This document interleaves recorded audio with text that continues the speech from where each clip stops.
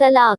शादी की सुहाग सेज पर बैठी एक स्त्री का पति जब भोजन का थाल लेकर अंदर आया तो पूरा कमरा उस स्वादिष्ट भोजन की खुशबू से भर गया। रोमांचित उस स्त्री ने अपने पति से निवेदन किया कि मांझी को भी यहीं बुला लेते तो हम तीनों साथ बैठकर भोजन करते।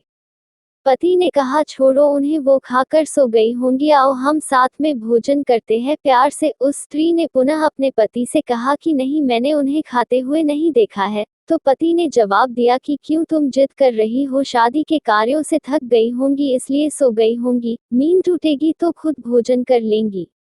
तुम आओ हम प्यार से खाना खाते हैं। उस स्त्री ने तुरंत डिवोर्स लेने का फैसला कर लिया और डिवोर्स लेकर उसने दूसरी शादी कर ली और इधर उसके पहले पति ने भी दूसरी शादी कर ली। दोनों अलग अलग सुखी घर गृहस्थी बसाकर खुशी खुशी रहने लगे। इधर उस स्त्री के 2 बच्चे हुए जो बहुत ही सुशील और आज्ञाकारी थे। जब वह स्त्री 60 वर्ष की हुई तो वह बेटों को बोली, मैं चारों धाम की यात्रा करना चाहती हूँ ताकि तुम्हारे सुखमय जीवन के लिए प्रार्थना कर सकूं। बेटे तुरंत अपनी माँ को लेकर चारों धाम की यात्रा पर निकल गए।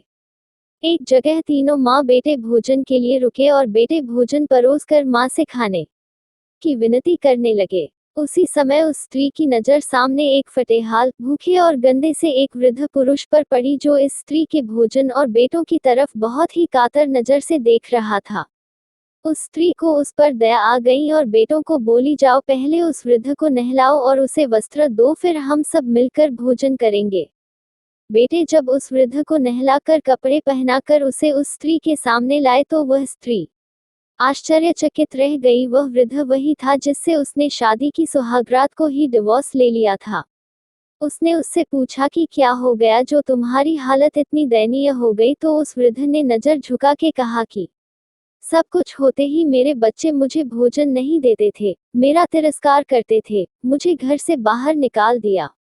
उस स्त्री ने उस वृद्ध से कहा कि इस बात का अंदाजा तो मुझे तुम्हारे साथ सुहागरात को ही लग गया था, जब तुमने पहले अपनी बूढ़ी माँ को भोजन कराने के बजाय उस स्वादिष्ट भोजन की थाल लेकर मेरे कमरे में आ गए और मेरे बार बार कहने के बावजूद भी आपने अपनी माँ का तिरस्कार किया। उसी का फल आज आप भोग रहे हैं। जैसा व्यवहार हम अपने बुजुर्गों के साथ करेंगे, उसी देखा देखकर हमारे बच्चों में भी यह गुण आता है कि शायद यही परंपरा होती है। सदैव माँ बाप की सेवा ही हमारा दायित्व बनता है। जिस घर में माँ बाप हंसते हैं वही प्रभु बसते हैं।